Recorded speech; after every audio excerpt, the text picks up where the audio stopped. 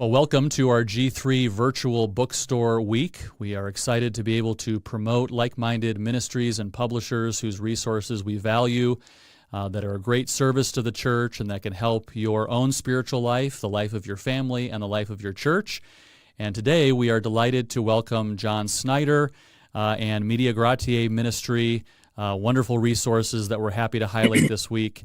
And so we're looking forward to having a conversation about some of the history behind this ministry and some of the resources that are available on our bookstore this week. So John, thanks so much for being a part of our virtual bookstore this week. Yeah, I appreciate the chance to be with you. Always appreciated your ministry. I think probably like many people, Behold Your God was sort of my introduction to the ministry years ago, and just so grateful for the emphasis on biblical, reformed, experiential Christianity that is so needed in our day, and just love all of the resources that you're producing.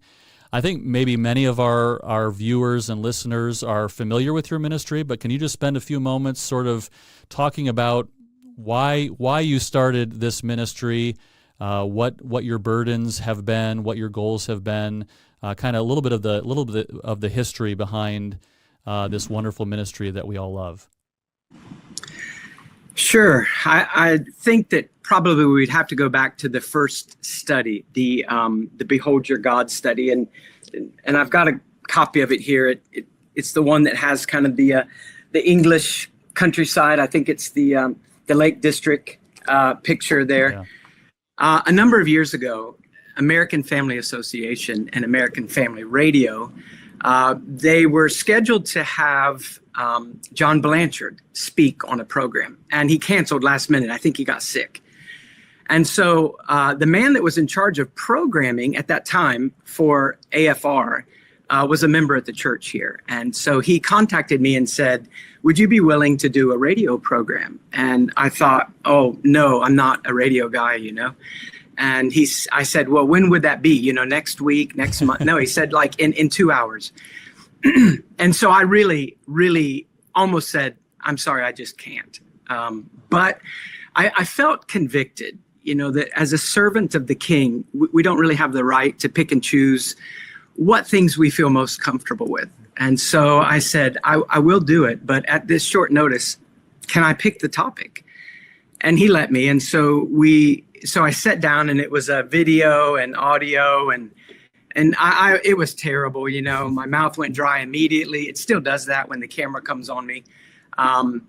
And so I'm drinking water and chewing bubble gum and, anything to keep from spitting cotton balls at people. And they had a makeup lady come and do my face to keep it from shining in the lights. And then all the other, the host of the show come and sit next to me in front of the camera.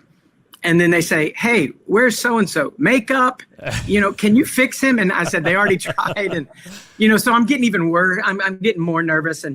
But the topic was what I think, it's a thrilling topic because of it's at the heart of everything for the Christian. And that was, what if we begin in thinking about reforming evangelicalism in particular, Western evangelicalism?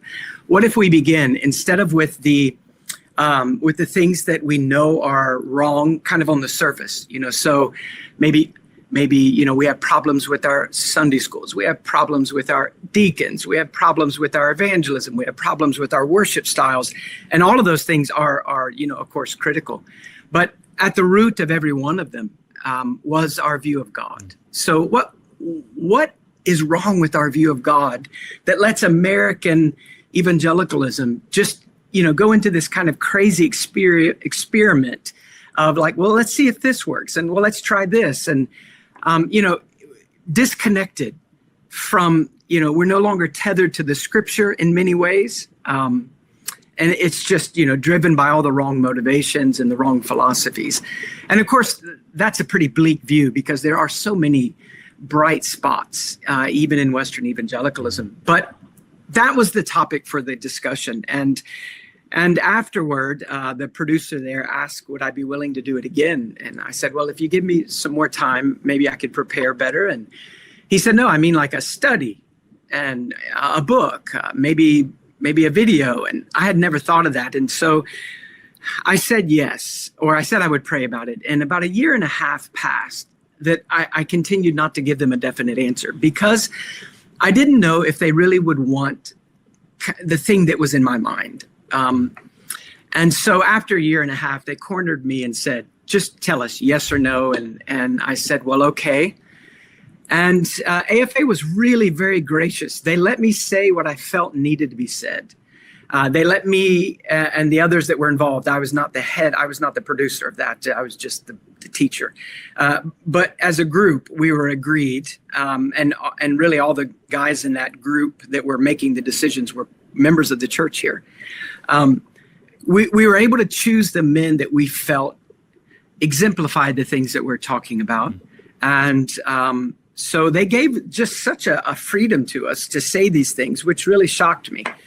And so we did it, and it took about 2 years. And, and I thought my mom and my grandmother would buy it, and maybe, maybe some of the people in the church would buy it. But the Lord has used it far beyond anything we could have expected. Very, very humbling. I've received letters from people around the world. I remember one of the most memorable was I was preaching out in Kansas for a little church for a weekend, and I got an email that morning, and it was from the, I forget the exact, I think it was the Minister of Justice. I'm not sure that title is correct. And this was the Attorney General of South Africa. Oh, wow. So he goes to a small Reformed Baptist church, and he at that time, and so he wrote me an email and to thank me for the study because his church had just gone through it. And then he sent me a picture, and it was one of those pictures of of a church, fellowship hall, and one of those long rectangle church tables. So down one side of the table was a group of Black ministers, and down the other side of the table, taking the study at the same time, was a group of leaders in the military, and they were the generals and the colonels, and they were all white. And so they had come together to do the study together. And it was so shocking to me, to see the way the Lord had used it. And since then, it's gone out into Russian and a lot of other languages, German and Dutch and Spanish and Portuguese. And so we're really grateful. But that's how it started. Yeah. And really that kind of defined from the beginning what the ministry would be, especially when it became an individual entity, and AFA let us kind of strike out on our own, again, very gracious of them, about 10 years ago. And so we did a second Behold Your God study, and then, other studies followed. Yeah. Wow. That's great to hear that history. Yeah. Such a beneficial study that now you have built on, and all of your studies I've always appreciated, rooted in Scripture, rooted in a knowledge of God. And I think, hearing you describe even the impetus behind that, let's not focus on the problems. Let's focus on the solution, which will fix all those problems. Mm-hmm. That's fantastic to hear. Talk a little bit about the name of the ministry. Where did you come up with that? What was the impetus behind the name of the ministry? Yeah, Media Gratiae. Yeah. And depending on who you ask, you get a different pronunciation. Right. Latin being a dead language, we feel infinite freedom to pronounce it the way we want. We recently had, it was last year, we had Ian Hamilton visiting. And Ian is kind of a classic scholar, and he's a teacher and a pastor, and, he's on the board with Banner of Truth. And he did one of our studies, which G3 helped us to produce. Yeah. It's one of the many studies that has video and a smaller workbook. You do it in 8 weeks with small groups, True Hearted Discipleship. Ian is such a gracious guy. He just reminds you of the old guard, the Lloyd Jones kind of era of British ministers. So humble, so such an inviting, personality, so free of the kind of the bitter edge of polemical Christianity, but not mushy, not a pushover. Theologically, if you try to budge them one way or the other, you find out there's a brick wall there. Yeah. But I remember him saying that, he was talking about how we pronounced it, and we were having a discussion. He wasn't sure we were saying it right, but it means the means of grace, which can easily be misunderstood. I actually didn't choose that title. That's a bit, in my mind, it's a bit, I don't want it to sound elitist, because it's Latin, but the director at the time really liked it. But means of grace is a good phrase as long as it's understood correctly. We're not, I grew up in Ohio, where means of grace was what my cousins might have mentioned because they were all Roman Catholic.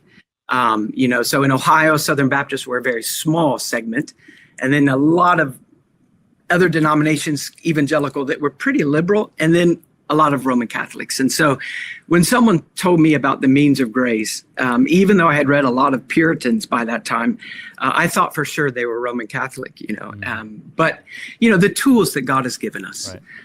Making an aggressive, desperate, but hope-filled use, the kind of use that flows from a sense of our neediness, but also, the yearning. The bride in the Song of Solomon, looking for the return of the husband, Solomon, even though she's surrounded by the palace and all the privileges of a queen, but without him near, it doesn't matter. And so she listens for his voice as he comes back. And, so that kind of longing dependence upon God, but not the kind of that produces an inactivity, which is easy, to become kind of a evangelical mystic, where we kind of contemplate the concepts of intimacy with God. We appreciate a few snippets and, little quotes and phrases from some of our favorite heroes of the faith.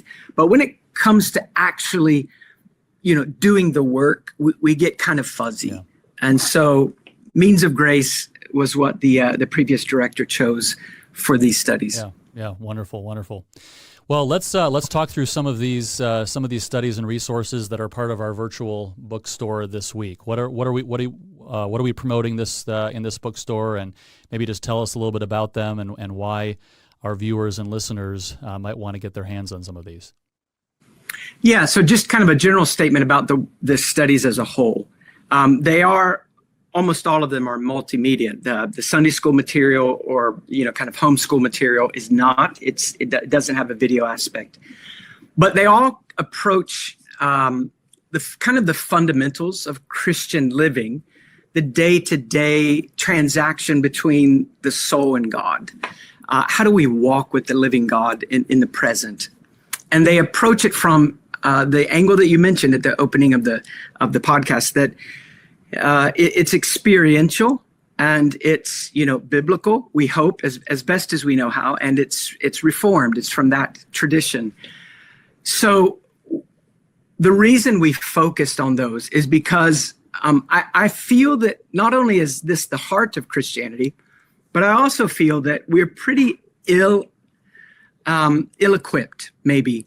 I feel certainly not really qualified to deal with some of the issues that other ministries are dealing with. So the hot topics of the day, the critical, very important social issues. How do we answer these things? I really just feel that I'm not very good at that. And even the more regular and enduring topics like ecclesiology topics, so you've written a lot on worship. Mm-hmm. I mean, I've read and used some of your books. And so those things that are of an enduring kind of unchanging principles. And so they may not be, the newest thing on YouTube, but they are pressing issues. Right. I look around at the different ministries, and Media Gratiae is such a small ministry. I think, well, where can we kind of fill in the cracks, or what can we do to be a benefit to the church at large and not overlap in areas that we're not very good at? And so we have chosen to be very focused in our emphasis, experiential Reformed Christianity. So like I mentioned, the Behold Your God study, that was the first one. And it's where we kind of back up and say, if we rethink God biblically, instead of starting with the needs, we go back and just say, okay, well, what's God like? So for example, if we think about worship, instead of looking at our churches and saying, man, our worship just doesn't seem to really, it doesn't attract people, or I don't think it's traditional enough, either side of the spectrum. but both of those approaches would lead to probably to some erroneous ideas. So we back way up and we stop and say, who is it we're drawing near to? And how would his character and his expressed desires, how would that recalibrate everything? So in a number of areas, Behold Your God deals with rethinking God, and then how does that change our approaches? A couple of years after that, we had so many people ask, can you recommend a book on the attributes of God? And there are many good books on that. And many good books have come out since we did this. But we did another multimedia study, Behold Your God, The Weight of Majesty. And this book deals only with the attributes. And it came from a 3-year series that we did here at the church early on after the church was planted. We just stopped and said, well, who is this God that we belong to? That would shape everything. That would shape our understanding of ourselves, and it would reshape our view of sin and of redemption and of the Christian life, of the church, of family. And so what started out as like a 12-week series on the attributes of God turned into 3 years. And strangely, not one complaint. I have had complaints on long series. I remember a lady who was attending, she wasn't a member. She, after a year in the Sermon on the Mount, she said, are you still preaching on the Sermon on the Mount? And I said, yes, ma'am. She said, oh, I hate that Sermon on the Mount. And her husband, who was a very godly man, he just, he was kind of aghast. He looked at her and said, oh, don't say that. I knew what she was saying. Right. She didn't really like my preaching on the Sermon on the Mount. Soon after that, well, not so soon, but I think probably we need to mention it next. We took those 2 studies that dealt with looking at God, and we put them into children's material, 3 different ages. Yeah. And so like from age like 5 to 12. And so there's 3 different levels of curriculum to cover those ages. All the curriculum covers the same material, just at the different levels of ability. And so this is the workbook for the older children. Behold Your God, Seeking Him Early. And that actually was probably one of the most difficult things we've done. And we just had no idea how difficult it was to think on that level. And, we contacted a lot of teachers of those ages and in church and in schools and that were Christians. Is this appropriate? What kind of exercises are really beneficial? What aren't? We didn't want to have Sunday school material or homeschool material that said, Jesus is our great shepherd. Draw a sheep here. Right. Make a sheep with cotton balls. And so, the short time you had them to teach them, they were doing crafts. Right. And so there are activities to do that I think are appropriate, but it took about 4 years probably part-time of the team working on it to finally get it. Then there are, go ahead. Let me pause you there. So just describe that. I think a lot of churches will benefit from that. How many lessons are there? Those are designed for like a Sunday school setting, or what's? Yeah, they are. And this is the teacher's kit. Okay. It comes with all the things that you would need, let me see. It comes with all the words that you put on the wall, the word wall, okay. So you have Bible verses and things they're memorizing in it. And it comes with printable handouts that go home with the children to the parents. Right. So the parents know exactly what the children have been talking about. How can they kind of plug in to help reinforce what they've been teaching? It comes with the different, visual aids. This is there's a pack of these that go along. And then with the teacher's manual. And so everything the teacher needs is there. It just took a long time. There's also, and it's not finished yet, but it's very close, there will be a free resource available. After putting this out, we realized, homeschoolers could make use of this. Yes. It covers, it's 1 lesson a week, like a Sunday school class, for 6 months, so 24 lessons. Okay. So what we did was we realized that if we would make other material available, quizzes and tests and study guide kind of helps, then if we could do that, it would help the moms or dads who are doing this in homeschooling. And so we've done that, and that will be a free resource available online for anybody that bought the material. They can go and get all that. So it's directly connected to that series. Right. It's directly connected to this. So if you didn't have the material the tests Right. and the quizzes wouldn't really Yeah. make much sense. And is the children's curriculum tied in then with the study as well? So teachers or parents can watch the Behold Your God study that roots them in sort of the foundational knowledge for the children's series, or how does that work? Yeah, it's not directly connected Okay. in the sense that the parent might watch week 1 and then teach week 1. Got it. But it is the material. Right. It's all the content from the first 2 studies, which is 24 weeks with 5 lessons each week. So that's, that's a lot, 120? Yeah. So we had to bring that down to a child's level. And so if the parents have gone through those studies, it helps them, but it's not essential. Yeah. Wow. That's a great resource. Yeah. Yeah. And so the other thing that we do a lot of work on now, and we started this because sometimes churches weren't brave enough to tackle a 12-week study. In fact, I remember when we first printed, AFA first printed the first study, and that's the only one that they did of the studies. The others followed when Media Gratiae became separate. I showed Don Wildman, the head of AFA, and they said, "Don, this is John Snyder," and I had met him before. And he's the author of this new study that we've produced. Here it is. And they showed it to him. He looks at the book, and it's a pretty hefty book. It's 5 lessons a week and then 12 weeks. And so it was a pretty hefty book. He looks at it and he says, it's way too much. Nobody will buy that. And then walks off.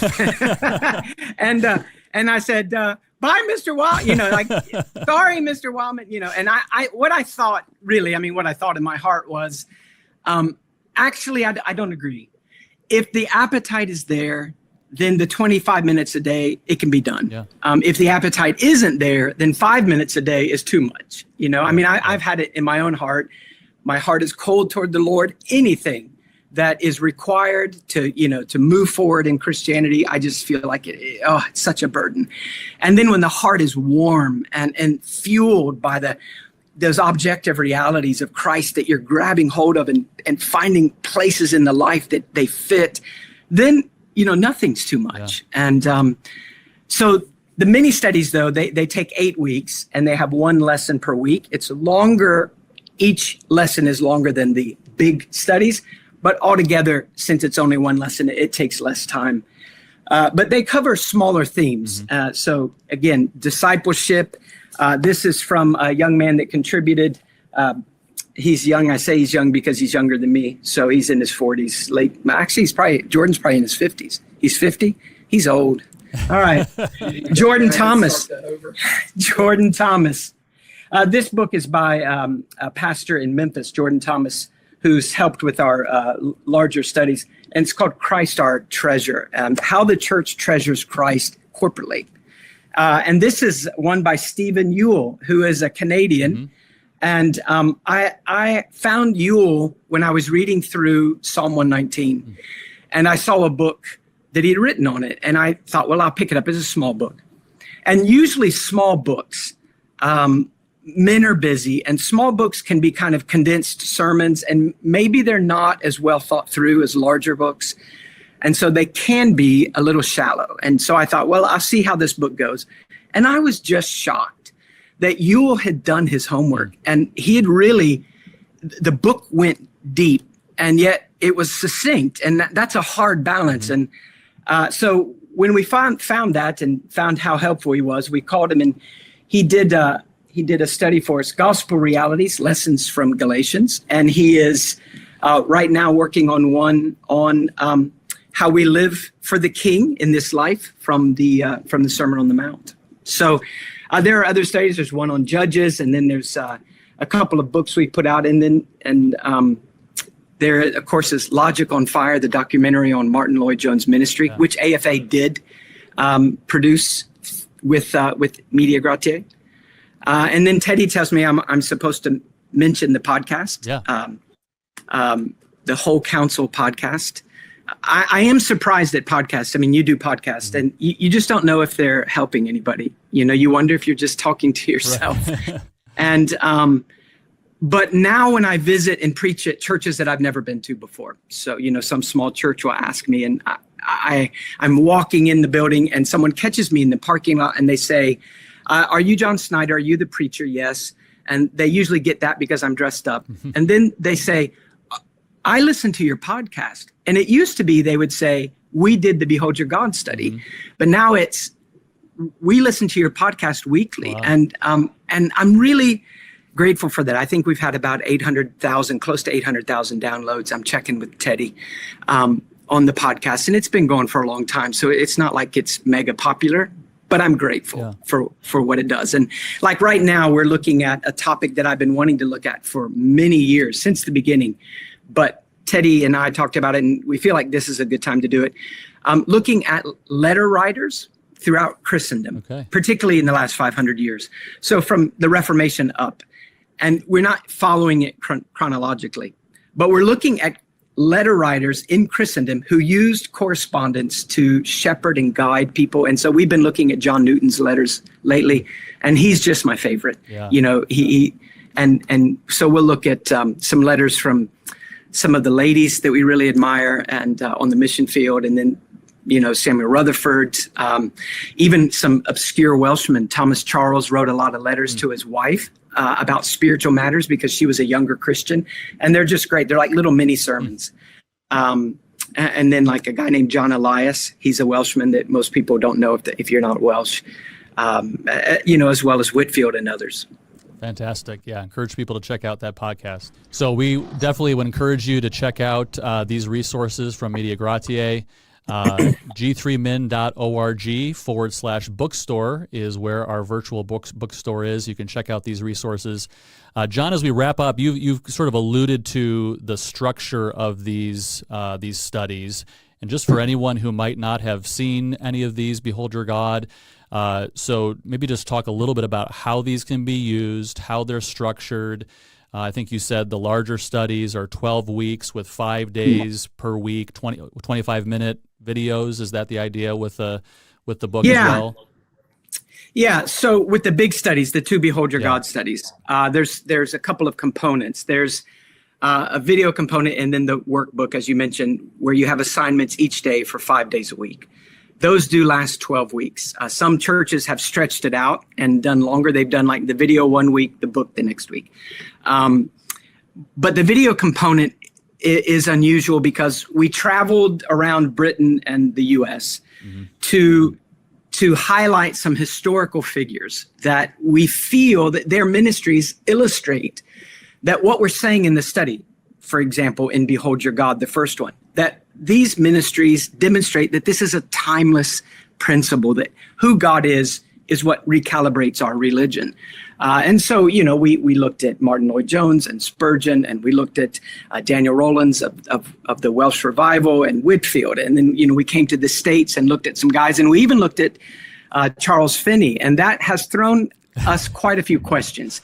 You know, you have all these people that we admire, and then Finney was one of the weeks. And so we filmed about Charles Finney. We gave an introduction to his ministry. But while not wanting to be, you know, harsh with Finney, we did use that to expose that a lot of his views, though well-meaning, were not biblically careful. And responding to the problem of the day, his cure ended up creating a problem that was worse than the original problem. And that's so easy to do, you know, if you care. The man that cares in the ministry is most tempted to be a pragmatist. If you don't care, then you're not a pragmatist, you know. But so the heart is burdened. The line of needs in the church seems unending. And you think, well, I've got to find a way to fix this. And with some root issues of not really being able to know and trust God as you should have, you know, you kind of go down the road Finney did. Okay, so what works? And it of course, it produces a type of Christianity that's worse than the one you were trying to fix. So those historical introductions, those take about 7 minutes. And then you have a 23-minute sermon that is connected directly to everything you're studying that week in Scripture. And then there are interviews where we have about 7 or 8 guys that we feel are modern men who reflect the same principles. And men like Paul Washer or Conrad Mbewe, later Joel Beakey and Jeremy Walker and Sinclair Ferguson and Ian Hamilton. So a lot of men that we knew that their ministries reflected those principles. And so we asked them if they would just kind of comment on the same theme that you just studied in your book and heard preached. With the smaller studies that go 8 weeks instead of 12, those just have the sermon. Mm-hmm. We didn't travel the world for those. So those are a shorter thing, a 25-minute sermon, and then the workbook. They aren't designed for small groups, mm-hmm. but they work well in small groups in church. They work fine for, small home studies, or for a family. If the children, are teenage, mm-hmm. It's plenty simple for that. And some for homeschools have used it. But really, it would work for an individual if they wanted to go through it. Yeah. We still do produce DVDs, which seems strange to me because if someone gave me a DVD, I don't know how I would play it, We have a couple of DVD players in our house, but they're dead. So all the DVDs also come with streaming codes so that, you can do it with your computer. Yeah. Well, thanks so much. Wonderful resources. We highly recommend that you visit our virtual bookstore at g3min.org/bookstore and check out these excellent studies from Media Gratiae, and wonderful for personal devotion, as John just said, personal devotion, but even homeschooling, family discipleship, church groups, and those sorts of things. Plenty of different ways that these valuable studies can be used to deepen your knowledge of God and your love for God that will hopefully then influence a life for the glory of God. Thanks so much again, John, for joining us. And thanks for having us on. Yeah, and for participating, partnering with us on this virtual bookstore. And we trust that many of God's people will be benefited from these resources. And we're so grateful for what you've done. Yeah, thank you. Well, thanks again. Please visit our virtual bookstore this week, g3min.org/bookstore. And thanks so much. We hope to see you again with another one of these interviews this week.